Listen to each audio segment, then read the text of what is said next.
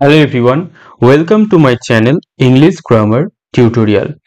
আজকে আমাদের mixed question practice set WBP constable, KP constable, PSC clerkship number 7।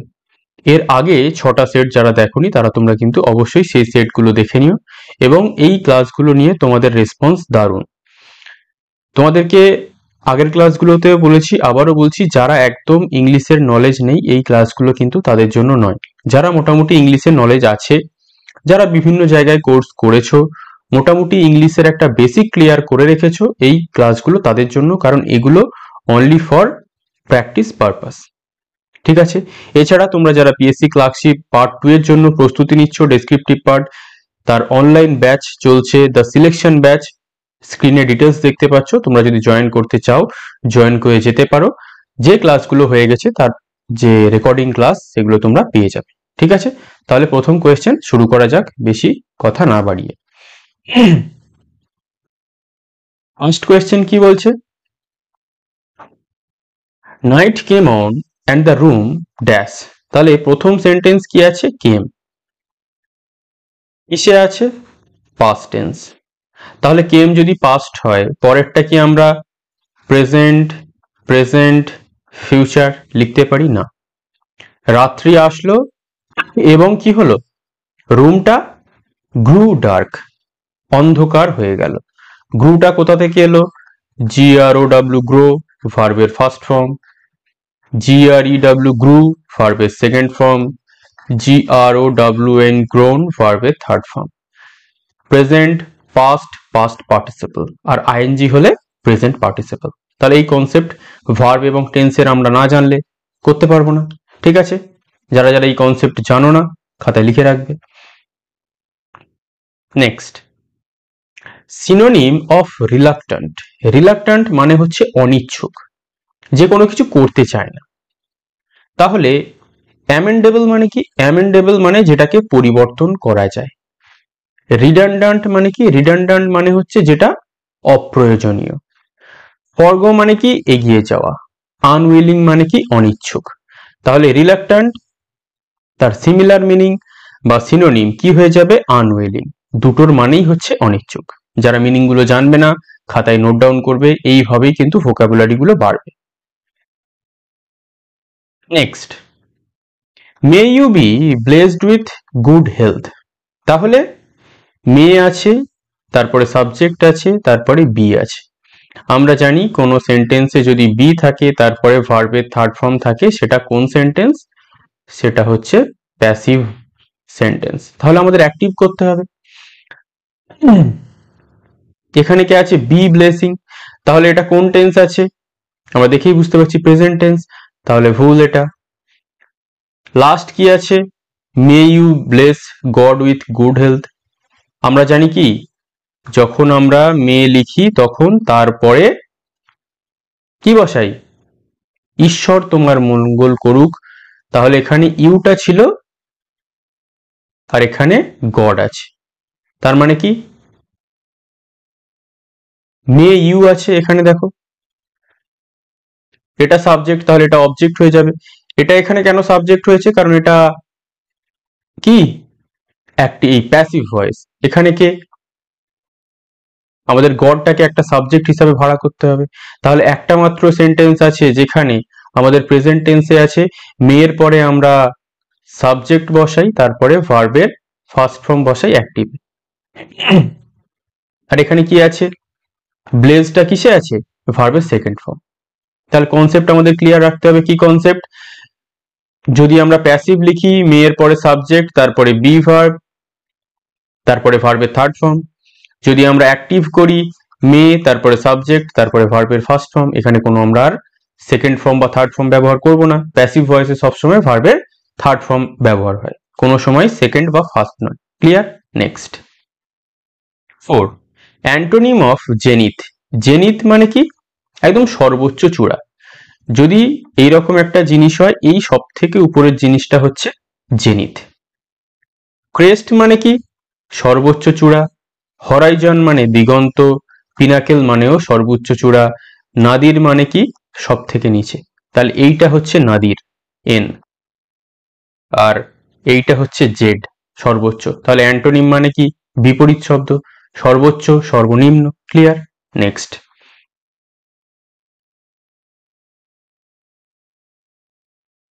5. The trip to Europe cost us an arm and a leg. Idioms. তাহলে an arm and a leg এর idioms এর মানে কি?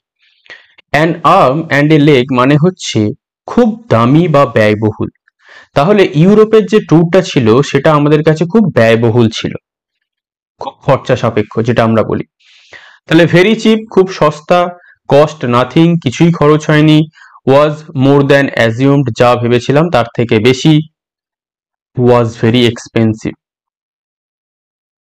Expensive মানে আমরা জানতে পারি দামি বা ব্যয়বহুল, খুব খরচা সাপেক্ষ ছিল। তাহলে ওয়াজ ভেরি এক্সপেন্সিভ তার মানে হচ্ছে an arm and a leg. Clear? Next. Choose the correctly spelled word. এর মধ্যে কোনটা সঠিক বানান আছে সেটা আমাদের খুঁজে বের করতে হবে। বেলুন, তাহলে সঠিক বানান কি হলো? BALLL balloon. এটা আমরা গুলিয়ে ফেলতে পারি, ভালো করে জেনে রাখবে। LL দুটো এল দুটো ও, মনে রাখলেই যথেষ্ট। ঠিক আছে? 7. Start at once, list you may miss the opportunity, no error. এখানে আমাদের যে কনসেপ্টটা আছে সেটা হচ্ছে কোরিলেটিভ। কিভাবে? কোরিলেটিভ মানে দুটো ওয়ার্ড আমরা একসাথে সেই সেন্টেন্সে বসাই। একটা হচ্ছে আইদার অর, আমরা একটা বসাই, আইদারের সাথে সবসময় অর বসাই, নাইদারের সাথে আমরা নর বসাই। ঠিক তেমনি আমরা লিস্টের সাথে কি বসাই? শুড। আমরা আরো একটা জানি, sorry, not only plus but also. এগুলো হচ্ছে আমাদের কোরিলেটিভ কনজাংশন। তাহলে এখানে সরি, লিস্ট আছে, তারপরে যে মোডালস এখানে আমরা মেয়ে বসিয়েছি, তাহলে মেয়ের পরিবর্তে আমাকে কি বসাতে হবে? দেখে নিয়েছি অলরেডি আমরা, লিস্ট শুড। তাহলে এক্ষুনি শুরু করো, না হলে তুমি সুযোগটা মিস করে ফেলবে। তাহলে পার্ট 2 এ আমাদের, পার্ট বি তে আমাদের ভুল আছে, অপশন বি তে। ক্লিয়ার? নেক্সট, খাতায় নোট ডাউন করে রাখবে। I have affection dash you. Affection মানে কারোর প্রতি ভালো লাগা, কারোর প্রতি টান, কারোর প্রতি ভালোবাসা, তিনটেই আমরা বলতে পারি। তাহলে তোমার প্রতি আমার একটা ভালো লাগা আছে। তাহলে অ্যাফেকশনের পরে টু, অন, ফর, উইথ আমরা যে অ্যাপ্রোপ্রিয়েট প্রিপোজিশনটা বসাই সেটা হচ্ছে ফর। অবশ্যই মুখস্থ রাখতে হবে এবং আমি আশা করতে পারি এটা মোটামুটি তোমরা জান। 9. I was thinking about buying a new vehicle. আমি চিন্তা করছিলাম একটা নতুন গাড়ি কেনার কথা। তাহলে এখানে আমাদের কোথায় ইমপ্রুভ করতে হবে সেটা আছে। দেখো, আমরা আর্টিকেল কি জানি? এ আর এন, এর ডিটেল ক্লাস করানো আছে, কিভাবে এ বসানো হয়, কিভাবে এন বসানো হয়। আমরা ছোটবেলায় জানতাম কি ভাওয়েলের আগে এন বসে, কনসোনেন্টের আগে এ বসে, কিন্তু আমরা চাকরির পরীক্ষায় এসে দেখলাম সাউন্ডের উপরে নির্ভর করে। কেন, কিভাবে, বিস্তারিত ক্লাস আর্টিকেলের ক্র্যাশ কোর্স করানো আছে, তোমরা দেখে নিতে পারো। তাহলে এই যে নিউ ভেহিকেল আছে এর আগে এন বসেছে, এর আগে এ বসাতে হবে, কারণ এনটা কি কনসোনেন্ট সাউন্ড বা কনসোনেন্ট দিয়ে শুরু হয়েছে। তাহলে I was thinking about buying a new vehicle, তাহলে এ নিউ হবে। ক্লিয়ার? তাহলে অপশন ডি তে আমাদের কি সঠিক আছে। নেক্সট, পিকিউআরএস আছে, সাজাতে হবে আমাদের। দেখা যাক মিনিং গুলো কি বলছে। Madurai is A historically important place. Sorry, Madurai হচ্ছে ঐতিহাসিকভাবে একটা খুব গুরুত্বপূর্ণ জায়গা। বিসাইডস অল দিস, এগুলো ছাড়াও the Chitra festival attracts visitors, দর্শকদের যে চিত্রা উৎসব হয় সেটা আকর্ষণ করে। আগোছালো ভাবে আছে, আমাদের সাজাতে হবে। It has the famous Meenakshi temple, এখানে কি আছে? বিখ্যাত মীনাক্ষী মন্দির আছে। The place is also famous for the jasmine flower, জায়গাটা আরো কিসের জন্য বিখ্যাত? জাসমিন ফ্লাওয়ারের জন্য বা জাসমিন ফুলের জন্য। Further it is an architectural marvel, এটা আর একটা কি? শিল্পিক marvel, architectural marvel. Due to all this factors Madurai is a popular tourist spot, এইসব কারণের জন্য মাদুরাই হচ্ছে কি একটা খুব গুরুত্বপূর্ণ টুরিস্টদের জন্য একটা খুব জনপ্রিয় জায়গা।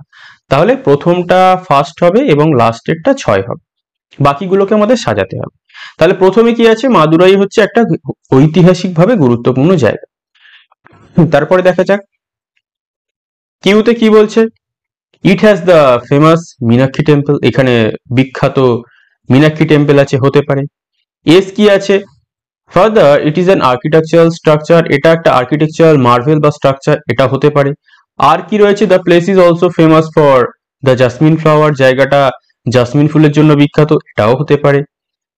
বিসাইডস অল দিস, এগুলো ছাড়াও বা এই তিনটে ছাড়াও Chitra festival attracts visitor, Chitra festival যেটা আছে সেটা ভিজিটারদের আকর্ষণ করে। তাহলে এই সমস্ত কারণের জন্য মাদুরাই ফেমাস। তাহলে এই অপশনটা আমাদের হতে পারে, বাকিগুলো দেখা যাক হতে পারে কিনা। বাকি অপশনগুলো আমাদের একবার দেখে নিতে হবে যে সেগুলো হতে পারে কি হতে পারে না। আর কি রয়েছে, the place is also famous, তার মানে এখানে কি বলেছে অলসো, তাহলে অলসো আমাকে আগেই লিখলে হবে না, কারণ তার আগে প্রথম যেটা আছে সেটা লিখতে হবে। অলসো মানে এটাও। পি রয়েছে কি, বিসাইডস অল দিস, এগুলো ছাড়াও, তাহলে বিসাইডের আগে নিশ্চয়ই আরো কিছু রয়েছে, সেই জন্য আমরা বিসাইড লিখেছি। এস কি রয়েছে, further it is an architectural structure, further মানে কি এটা ছাড়াও আরো কিছু রয়েছে, তাহলে তার আগে যেটা রয়েছে সেটা আমাকে বসাতে হবে, সেই অনুযায়ী স্ট্রাকচার। কোনটা সঠিক হলো, অপশন এ। তার মানে দেখা যাক, কিউ হচ্ছে 2, এস হচ্ছে 3, আর হচ্ছে 4, পি হচ্ছে 5, আর লাস্টেরটা 6। তাহলে দেখা যাক একবার মিলিয়ে যে ঐতিহাসিকভাবে মাদুরাই গুরুত্বপূর্ণ জায়গা, এখানে বিখ্যাত মীনাক্ষী মন্দির রয়েছে, মীনাক্ষী মন্দির ছাড়াও এটা একটা আর্কিটেকচারাল মার্ভেল বা স্ট্রাকচার, এখানে বিখ্যাত জাসমিন ফ্লাওয়ার রয়েছে, এটা ছাড়াও আর কি রয়েছে, 5 রয়েছে, এগুলো ছাড়াও চিত্রা ফেস্টিভ্যাল জনগণকে বা ভিজিটারদের আকর্ষণ করে, এই সব কারণের জন্য মাদুরাই জনপ্রিয় জায়গা। তাহলে বাকিগুলোতে কি অলসো ছিল, ফার্দার ছিল, বিসাইড ছিল। কেন, কারণ বিসাইড মানে কি ওটা ছাড়াও, তাহলে তার আগে যেটা আছে সেটা বলতে হবে। অলসো মানে কি এটাও, তাহলে এটাওর আগে যেটা প্রথমটা আছে সেটা লিখতে হবে। আর ফার্দার মানে কি আরো, তাহলে আরোর আগে যে প্রথমগুলো আছে সেগুলো লিখতে হবে, সেই জন্য বাকি অপশনগুলো হলো না। আশা করছি ক্লিয়ার। নেক্সট 11, দ্য ডিটেকটিভ মানে হচ্ছে গোয়েন্দা, suddenly dash a useful clue, একটা খুব গুরুত্বপূর্ণ ক্লু সাডেনলি সে কি করে ফেল। গেভ ইন হাল ছেড়ে দেওয়া, ফিল আপ পূরণ করা, ফেল ডাউন ফেলে দেওয়া, কাম অ্যাক্রস হঠাৎ করে কোনো কিছু তার নজরে আসে। তাহলে কেন সিওএমই থেকে এখানে সিএএমই হয়েছে, কারণ সাডেনলি ড্যাশ, হঠাৎ করে সে অলরেডি সেইটা দেখতে পেয়ে গেছিল।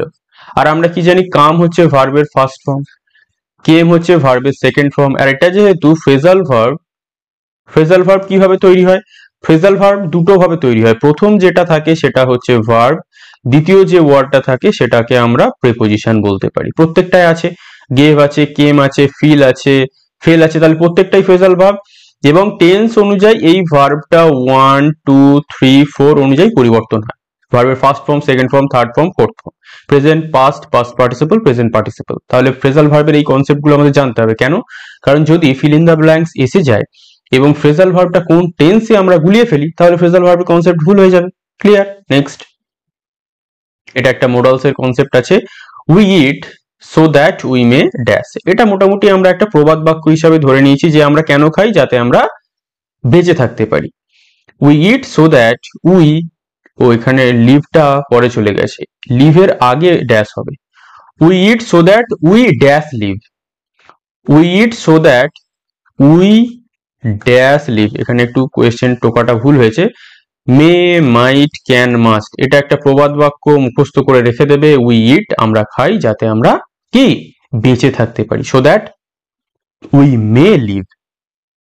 ঠিক আছে, তাহলে আজকে আমরা 12টা কোয়েশ্চেন দেখলাম। কারোর যদি কোথাও সমস্যা থাকে কোয়েশ্চেনে যেটা বুঝতে পারলে না, সে অবশ্যই কমেন্ট করবে। এইভাবে আমরা প্র্যাকটিস সেটের ধারাবাহিক ক্লাস যে চলছে সেটা চলতেই থাকবে, এটা এখনো বন্ধ হবে না। তোমরা এই ক্লাসগুলো দেখে নিজেদের প্র্যাকটিসটাকে যাচাই করতে পারো, যার যেখানে সমস্যা আছে সেগুলোকে রিভাইজ করতে পারো, তাহলে মোটামুটি দেখবে তোমাদের একটা যে সমস্যা রয়েছে সেই সমস্যাটা কিছুটা হলেও ক্লিয়ার হবে, পুরোটা না হলেও। ক্লিয়ার, তাহলে এগুলো তোমরা প্র্যাকটিস হিসাবে করতে থাকো। আজ এই পর্যন্তই, পরের প্র্যাকটিস সেটে খুব শীঘ্রই দেখা হবে। Thank you for watching.